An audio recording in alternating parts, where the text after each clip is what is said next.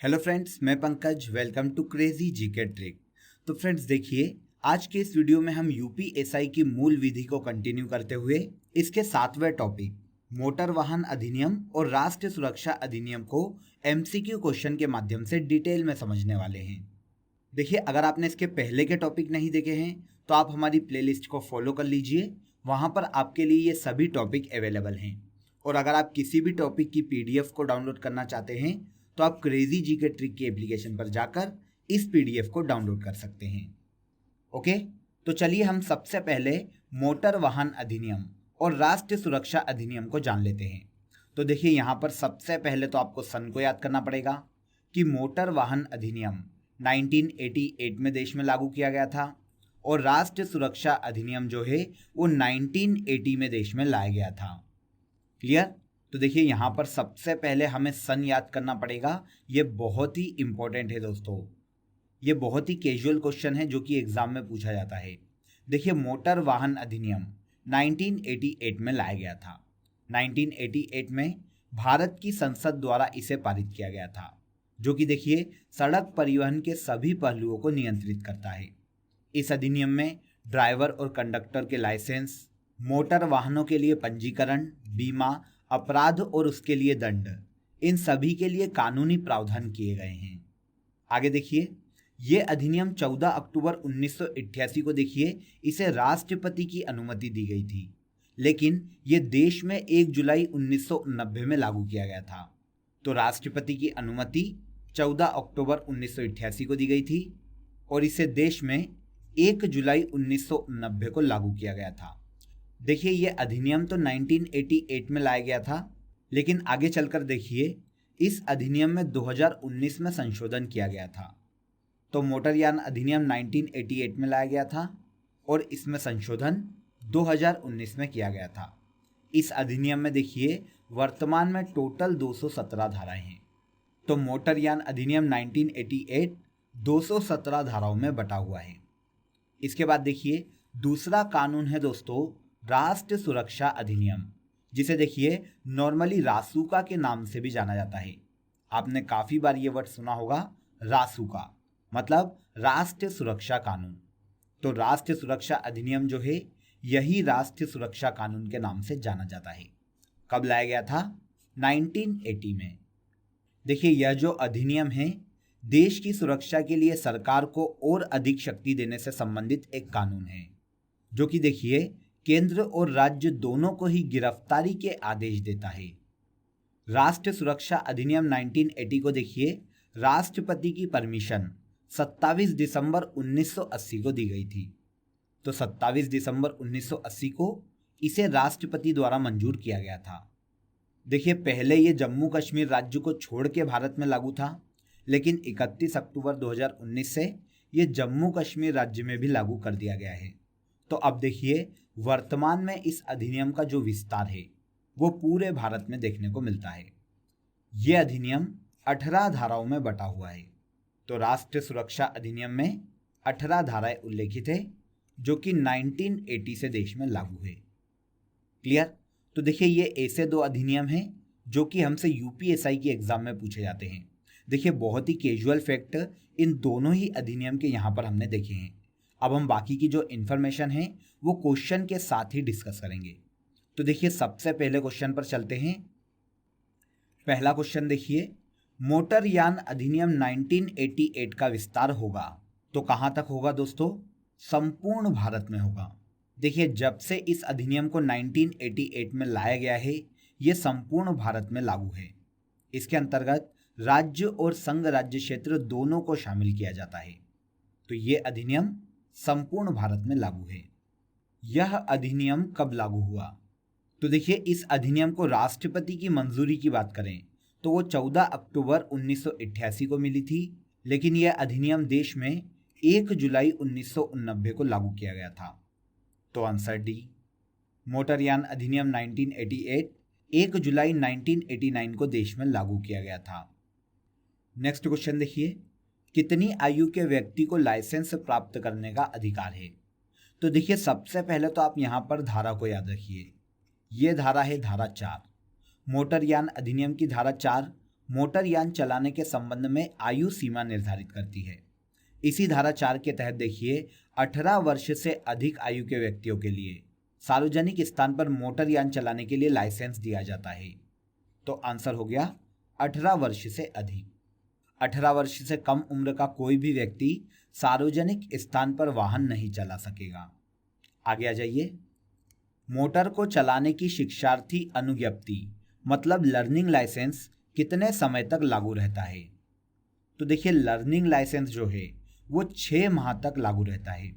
देखिए ये जो प्रावधान है इस अधिनियम की धारा 14 में किया गया है। धारा 14 में देखिए मोटर यान को चलाने के लिए लर्निंग लाइसेंस से संबंधित प्रावधान किया गया है। इस अधिनियम के देखिए अन्य उपबंधों के अधीन रहते हुए 6 माह तक लर्निंग लाइसेंस धारा 14 के तहत लागू रहता है। किसी मोटर यान की आयु सीमा कौन नियत कर सकेगा? तो मोटर यान अधिनियम की धारा 59 के तहत देखिए केंद्र सरकार जो है वो मोटर यान की आयु सीमा का निर्धारण कर सकती है। तो आंसर हो गया आंसर ए। किसी भी मोटर यान की आयु सीमा का निर्धारण इस अधिनियम की धारा 59 के तहत केंद्र सरकार के द्वारा किया जाता है। चुरा ले गए और बरामद किए गए मोटर यानों से संबंधित जानकारी पुलिस द्वारा किसे दी जाएगी? तो पुलिस के द्वारा चुरा ले गए और बरामद किए गए मोटर यान जो है इसकी जानकारी राज्य परिवहन प्राधिकरण को दी जाती है और यह प्रावधान इस अधिनियम की धारा 62 में किया गया है। धारा 62 के तहत राज्य परिवहन प्राधिकरण को ऐसी जानकारियां दी जाती है। तो आंसर सी। ओके, यहाँ तक आपको सभी क्वेश्चन क्लियर हो गए होंगे। आगे बढ़ने से पहले देखिए फ्रेंड्स, आप सभी के लिए एक बहुत ही महत्वपूर्ण अपडेट है। देखिए फ्रेंड्स, क्रेजी जीके ट्रिक की एप्लीकेशन पर अब आप सभी के लिए एडवांस मैथ्स, एमपीजी के कंप्यूटर ऑनलाइन कोर्स, इंग्लिश और रीजनिंग के फुल डिटेल्ड कोर्स अवेलेबल हैं, जहां पर देखिए सभी सब्जेक्ट को बहुत ही ब्रीफली समझाया गया है। तो अगर आप इन कोर्सेज को ज्वाइन करना चाहते हैं तो क्रेजी जीके ट्रिक की एप्लीकेशन को डाउनलोड कर लीजिए। वहां पर आप इन सभी कोर्सेज को ज्वाइन कर सकते हैं। वहीं पर देखिए आपको कूपन कोड भी अवेलेबल हो जाएगा, जहां पर किसी भी कोर्स पर आपको 50% का फ्लैट डिस्काउंट मिल जाएगा। तो आप इन सभी कोर्सेज को ज्वाइन करके गवर्नमेंट जॉब की तैयारी हमारे साथ शुरू कर सकते हैं। ओके, आइए अब हम अगले क्वेश्चन पर चलते हैं। किस धारा में परमिट आवश्यकता का उपबंध किया जाता है? तो देखिए फ्रेंड्स, मोटर यान अधिनियम की धारा 66 के तहत किसी भी मोटर यान के लिए परमिट का उपबंध किया गया है और यह उपबंध धारा 66 में देखने को मिलता है। परमिटों के लिए संबंधित आवेदन किया जाता है। तो देखिए किसी भी मोटर यान के लिए परमिट जो है उससे संबंधित आवेदन प्रदेश के प्रादेशिक परिवहन प्राधिकरण के सामने किया जाता है और यह जो प्रावधान है धारा 69 में उल्लेखित है। मोटर यान अधिनियम की धारा 69 के तहत परमिट से संबंधित आवेदन प्रदेश के प्रादेशिक परिवहन प्राधिकरण के सामने किया जाता है। तो आंसर मिल गया यहाँ पर आंसर बी। यातायात चिन्हों का अनुसरण करने संबंधित कर्तव्य उपबंधित है। तो देखिए यातायात चिन्हों का अनुसरण जो है धारा 119 में उपबंधित है। मोटरयान अधिनियम की धारा 119 के तहत देखिए यातायात चिन्हों के अनुसरण से संबंधित कर्तव्यों का उल्लेख है। तो धारा 119। ओके, अगले क्वेश्चन पर आ जाइए। यह किस धारा में प्रावधान है कि मोटरसाइकिल पर सिर्फ 2 व्यक्ति ही यात्रा कर सकते हैं? तो यह प्रावधान किस धारा में किया गया है? धारा 128 में। देखिए मोटरयान अधिनियम 1988 की धारा 128 में ड्राइवरों और पिछली सवारी के लिए सुरक्षा उपाय से संबंधित उपबंध है। इस धारा के तहत देखिए 2 पहिए वाले मोटरसाइकिल का ड्राइवर मोटरसाइकिल पर अपने अतिरिक्त 1 से अधिक व्यक्ति को नहीं ले जा सकेगा। यह जो प्रावधान है धारा 128 में किया गया है। हेलमेट लगाने का प्रावधान किस धारा में दिया गया है? तो मोटरयान अधिनियम की धारा देखिए 129 में हेलमेट लगाने संबंधित प्रावधान किया गया है। तो आंसर बी हो जाएगा। हेलमेट लगाने का प्रावधान इस अधिनियम की धारा 129 में उल्लेखित है। आगे देखिए, कोई सिख जो किसी सार्वजनिक स्थान पर मोटरसाइकिल चलाते समय पगड़ी पहना है वह हेलमेट ना पहनने के लिए क्या दंडित किया जा सकता है?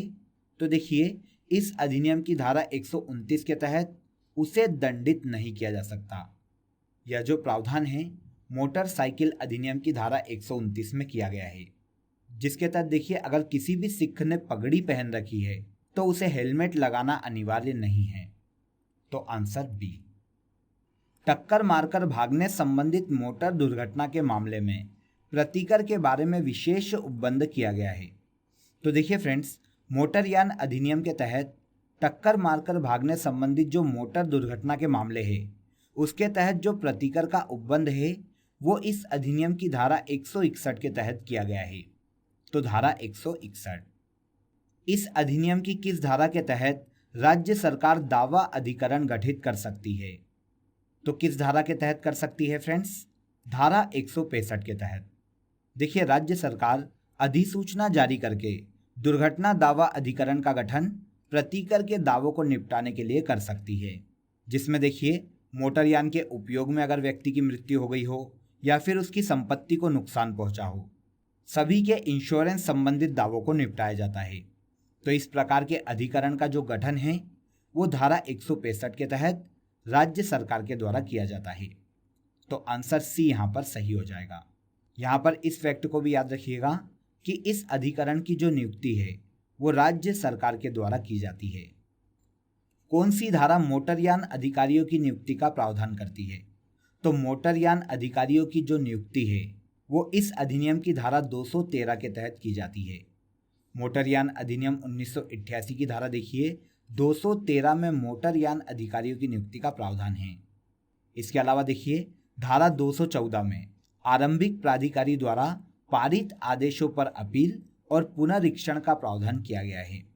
तो यहाँ पर मोटरयान अधिकारियों की नियुक्ति की बात पूछी गई है, तो ये धारा 214 में उल्लेखित है। ओके, अगले क्वेश्चन पर आ जाते हैं।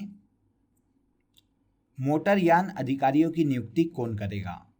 तो देखिए यहाँ पर सबसे पहले तो आप धारा को याद करिए कि मोटरयान अधिनियम की किस धारा के तहत मोटरयान अधिकारियों की नियुक्ति की जाती है। तो ये धारा है दोस्तों धारा 203। इस धारा में ही मोटरयान अधिकारियों की नियुक्ति का प्रावधान किया गया है और ये जो नियुक्ति है राज्य सरकार के द्वारा की जाती है।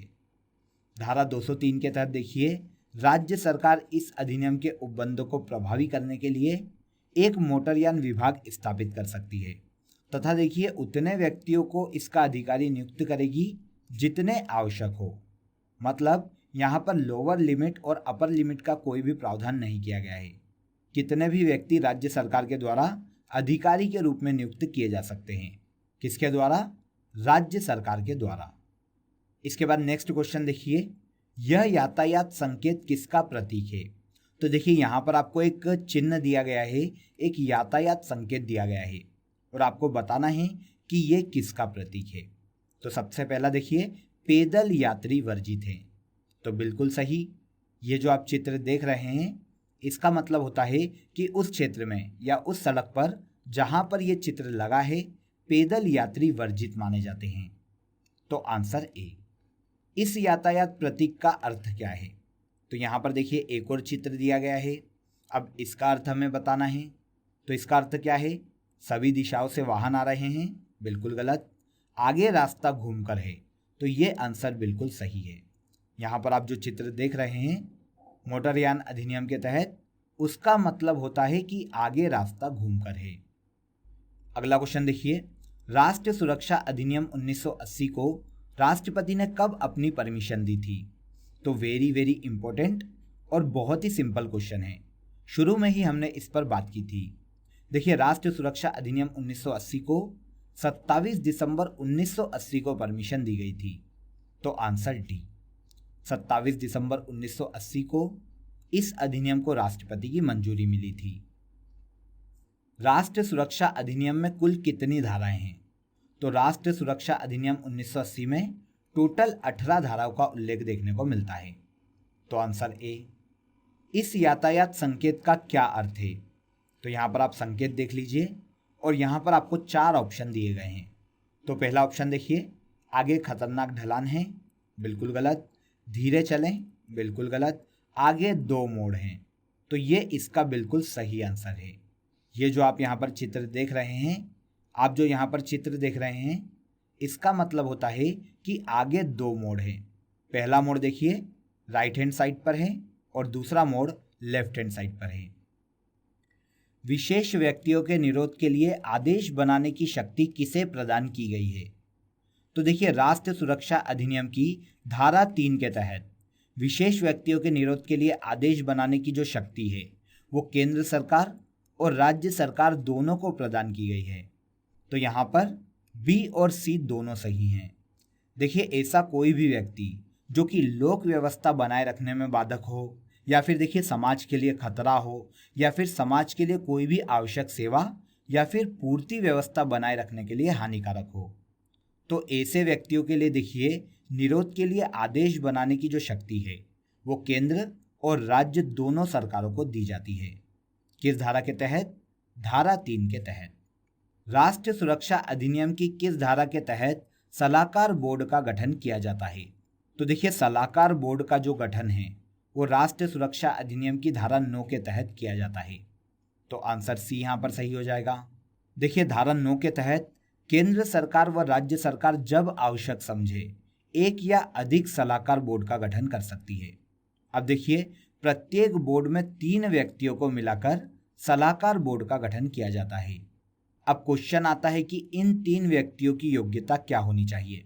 तो देखिए, ऐसे व्यक्ति जो कि हाईकोर्ट के न्यायाधीश नियुक्त किए जाने के योग्य हों या फिर न्यायाधीश रह चुके हों, तो ऐसे 3 व्यक्तियों को मिलाकर सलाहकार बोर्ड का गठन किया जाता है। किस धारा के तहत? धारा 9 के तहत। इस यातायात संकेत का अर्थ क्या है? तो यहाँ पर देखिए एक चित्र दिया गया है और बहुत ही सिंपल है। कैजुअली ये आपको हर जगह पर देखने को मिल जाता है, लेकिन कहाँ पर? वहाँ पर जहाँ पर आगे गार्ड रहित रेलवे क्रॉसिंग हो। तो ऐसे रेलवे क्रॉसिंग जहाँ पर गार्ड अपॉइंट नहीं है वहाँ पर इस प्रकार का संकेतक हमें देखने को मिल जाता है। तो आंसर बी। क्लियर? तो चलिए अब सबसे लास्ट क्वेश्चन पर चलते हैं। लास्ट क्वेश्चन देखिए, राष्ट्रीय सुरक्षा अधिनियम 1980 की धारा 13 के तहत निरोध की अधिकतम अवधि कितनी होगी? तो देखिए, यहाँ पर सबसे पहले तो आपको धारा पता चल गई कि निरोध की अधिकतम अवधि धारा 13 के तहत उल्लेखित है। देखिए, यहाँ पर 2 धाराओं का आप ध्यान रखिएगा। सबसे पहली है धारा 12, जिसके तहत सलाहकार बोर्ड की सूचना पर कार्रवाई का प्रावधान किया गया है। इस धारा के तहत देखिए, किसी भी केस में जब सलाहकार बोर्ड ने यह सूचना दे दी हो कि उसके मत में किसी भी व्यक्ति के निरोध के लिए सफिशिएंट कारण है, तब देखिए सरकार उस व्यक्ति के विरुद्ध निरोधादेश की पुष्टि कर सकती है। तब देखिए उस व्यक्ति को ऐसे समय के लिए जैसा भी गवर्नमेंट उचित समझे निरोध किया जा सकता है। तो देखिए, ये जो प्रावधान है ये तो धारा 12 में किया गया है। अब देखिए, धारा 13 में निरोध की अधिकतम अवधि का प्रावधान किया गया है। मतलब कोई भी निरोधादेश अगर धारा 12 के तहत कन्फर्म हो जाता है तो देखिए जो सरकार है, या तो वो राज्य सरकार हो चाहे वो केंद्र सरकार हो, किसी भी व्यक्ति को निरोध की तारीख से अधिकतम 12 माह के लिए निरुद्ध कर सकती है। तो ये जो प्रावधान है वो धारा 13 में किया गया है। तो कितने समय के लिए निरोध किया जा सकता है किसी भी व्यक्ति को? अधिकतम 12 माह के लिए। इसके पहले देखिए, सरकार चाहे तो कभी भी निरोध को रद्द भी कर सकती है। तो यह प्रावधान धारा 13 के तहत किया गया प्रावधान है। क्लियर? तो फ्रेंड्स देखिए, यहाँ पर हमने मोटरयान अधिनियम और राष्ट्रीय सुरक्षा अधिनियम, इन दोनों से ही जो इम्पोर्टेंट क्वेश्चन एग्जाम में पूछे जा सकते हैं उन सभी पर बहुत ही डिटेल में डिस्कस किया है। और आई होप आपको सभी क्वेश्चन बहुत ही अच्छे से समझ में आ गए होंगे। अगर आपको ये वीडियो पसंद आया हो तो वीडियो को लाइक करें, शेयर करें और हमारे चैनल को सब्सक्राइब जरूर कर लें, ताकि आने वाले इम्पोर्टेंट वीडियो आप तक आसानी से पहुंच सके। आपसे फिर मुलाकात होगी नेक्स्ट वीडियो में। बने रहिए हमारे साथ। जय हिंद।